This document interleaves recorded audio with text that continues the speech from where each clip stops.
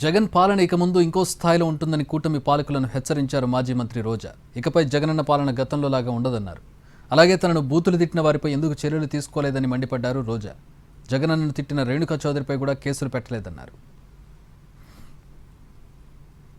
Last 5 ఏళ్లలో అంతకుముందు రాజశేఖర రెడ్డి గారి లాగా మంచితనంతో రాబోయే కాలంలో ఉండబోయేది లేదు. 10 ఏళ్లలో మీరు ఎంత మాట్లాడినా మిమ్మల్ని పట్టించుకోలేదు, కానీ ఈ రోజు పట్టించుకుంటాము అని కూడా మీకు హెచ్చరిస్తున్నాం.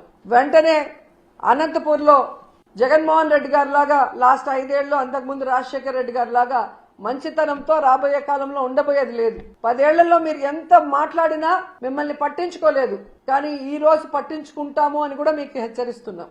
వెంటనే అనంతపూర్లో జగన్ వెళ్ళినప్పుడు ఆయన గురించి నీచంగా మాట్లాడిన లోకేష్ క్షమాపణ చెప్పాలి.